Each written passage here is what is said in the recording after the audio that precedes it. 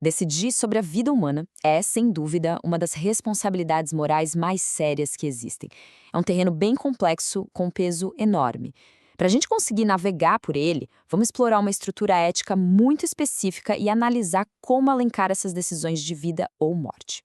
E tudo, absolutamente tudo, começa com esta pergunta fundamental, a questão que vai guiar toda a nossa análise. Afinal de contas, quem tem a autoridade moral para decidir sobre a vida?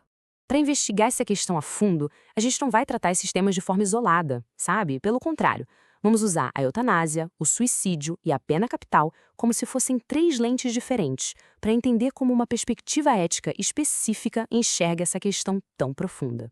Ok, vamos mergulhar de cabeça no nosso primeiro caso, a eutanásia. Aqui, a tensão central que a gente precisa investigar é a linha, que muitas vezes é bem sutil, entre uma ação direta e uma omissão. E aqui já aparece a distinção crucial que essa estrutura ética faz. De um lado, a gente tem o deixar morrer. Do outro, matar. E olha, dentro dessa lógica, essas duas ações não são de jeito nenhum a mesma coisa. Então, o que significa deixar morrer nesse contexto? Basicamente, significa que pode não existir uma obrigação moral de usar meios artificiais para estender uma vida que já perdeu suas funções humanas essenciais. A palavra-chave aqui é artificialmente. Agora vamos para o nosso segundo caso e ver como essa lógica se desenrola. Ao falar de suicídio, o foco muda, sai da ação de uma outra pessoa e vai para o peso moral do ato de tirar a própria vida. E, neste ponto, a distinção fundamental não é sobre a ação em si, mas sobre a motivação. Essa estrutura faz uma separação bem clara entre um ato que é visto como egoísta e um que é considerado um sacrifício voluntário. Dentro dessa perspectiva, quando o ato é motivado só pela vontade de fugir do sofrimento ou por egoísmo, ele é visto como moralmente incoerente. Mas por que incoerente? A resposta está toda nesse princípio. O ato é visto como uma contradição, porque ele vai contra o valor essencial que a própria vida carrega. É como se ele negasse o seu próprio fundamento de valor. Agora, em total contraste, o sacrifício voluntário, o ato de dar a própria vida para salvar outras pessoas, isso é colocado numa categoria moral completamente diferente. A motivação, nesse caso, transforma a natureza do ato. E isso tudo nos leva ao nosso último caso, e talvez o mais controverso de todos, a pena capital.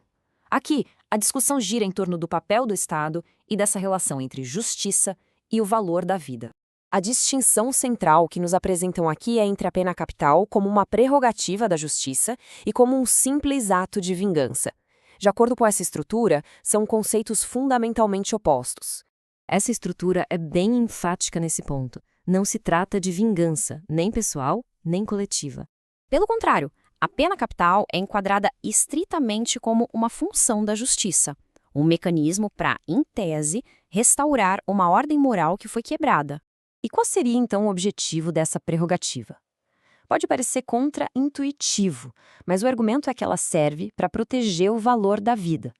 Ao impor a consequência máxima, a justiça estaria, na verdade, reconhecendo a imensa gravidade do ato de tirar a vida de outra pessoa.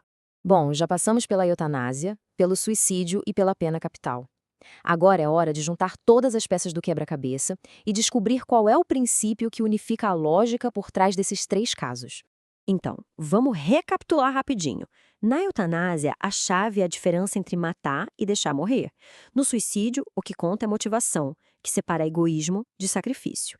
E na pena capital, a justiça é colocada em oposição à vingança para supostamente afirmar o valor da vida. Certo, mas qual é o fio condutor que conecta tudo isso? E aqui está ele, o princípio unificador.